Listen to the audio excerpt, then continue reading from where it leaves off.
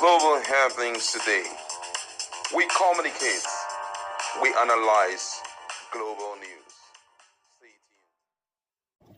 Hello beautiful people, welcome back to our channel. For a while now, Rotimi Ameachi have been talking about a lot of things, the rulership of Bola Tinubu, and of course, for the same season and the same reason, Peter Obi has been talking, and for whatever reason, the likes of Sanwo-Olu, the sitting governor of Lagos State, have literally called out Peter Obi. Of course, the obedient movement did not spare Sanwo-Olu, the governor of Lagos State. But shockingly, in all of this drama, the person of Rotimi Ameachi, the two-time governor of Rivers State and a one-time super minister during Buhari's tenure, have decided to address this issue. But this time around, he's not sparing anyone. It's quite interesting, I must say. But before we go to the newspaper, kindly subscribe to our channel, as the whole matter is getting much more interesting. Now, former Transport Minister Rotimi Ameachi has defended Peter Obi after recent attacks from Sanwo-Olu, Soludo, Reno Uncle and others. While many leaders criticized Obi for speaking about Nigerian problems abroad, Amaechi took a different stand. Amaechi said that freedom of speech is an important part of democracy and explained that Nigerians, including Peter Obi, have every right to talk about the country's issue, even outside Nigeria. He added that the real problem is not Obi's speech, but the suffering faced by Nigerians every day. Amaechi strongly criticized President Bola Tinubu's government and blamed the administration for high inflation, growing insecurity, and rising anger among young people. Amaechi said life has become very hard for ordinary Nigerians under Tinubu's leadership. Now, according to Amaechi, those attacking Peter Obi are missing the main point. Instead of defending the government, leaders should focus on solving the real problems. He said it is wrong to silence people who are speaking the truth about the Nigerian situation. Amaechi stated that the government has no real achievement to defend. They have no real achievement to defend. He pointed out that hunger, unemployment, and insecurity have worsened. He warned that the country could face bigger troubles if the government continues to ignore these problems. He praised Obi's courage, that's Peter Obi's courage, for highlighting the truth about the Nigerian's economy and social struggles. Amaechi said being patriotic does not mean hiding the truth, but working to fix what is wrong. Freedom of speech is fundamental in democracy. However, the real battle is Nigerians versus an administration that has plunged the nation into suffering. Tinubu's administration has no credible achievement to defend, he said. Wow, this is getting very, very, very interesting. But meanwhile, a lot of persons believe that that if INEC is to do just this one, then Peter Obi may actually be cruising to victory. Now, Nigeria Labour Congress has said that former presidential candidate of the Labour Party, Peter Obi, will unseat President Bola Ahmed of the ruling All Progressive Congress without any coalition in 2027 poll.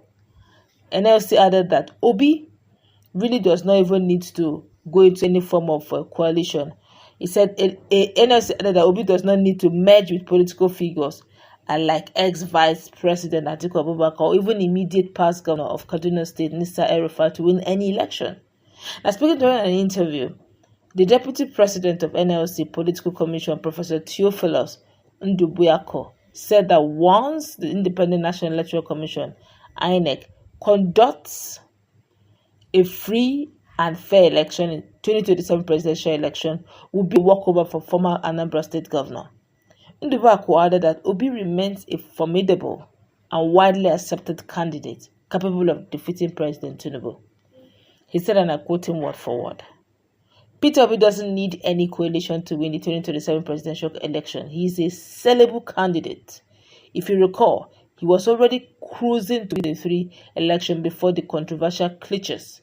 He even defeated Tinubu in his own stronghold in Lagos, which shows Nigerians want him in power. For as long as INEC conducts a free and fair election, he will win. He can also leverage his local and international connection to make it happen. If people are suggesting he return to the PDP, on what basis? Compare PDP's issues with those of the Labour Party. While LP's crisis centering around Julius Sabore, has been settled by the Supreme Court, the PDP is still battling a Hydra-headed crisis. Moving from LP to PDP will be like jumping from frying pan to fire. My colleague is in the house. A lot of people are talking, and it looks as if apparently Peter Obi is beginning to get a lot of alignment. But there are some Northerners who still believe that Atiku Abubakar is the only person that can defeat Bola Ahmed Tinubu. But this is an NLC vice president saying that if INEC is to conduct a free and fair election, Peter Obi does not need any kind of coalition. But we all know that that is mission impossible. We all know that that is wishful thinking. But for the now, what do we do to ensure that 2027 we get the right candidate working for Nigerians? Well, right now, it like you rightly say, seems as though it's mission impossible. It's not actually impossible. The problem we have in Nigeria is the fact that our leaders have weaponized poverty. And weaponizing poverty means every time it seems as though you're going to get the right thing done or someone is going to dethrone them, what they do is to flash monies before Nigerians. And because of the fact that Nigerians are really poor, they always look at every opportunity to make money as the last opportunity. They jump at it, even risking their own future. And that's where the whole problem is. So the issue of Peter Obi winning, it's nothing. Last election, we've heard from some of those who are rebels of APC. Most of them have come out to confess, like Mr.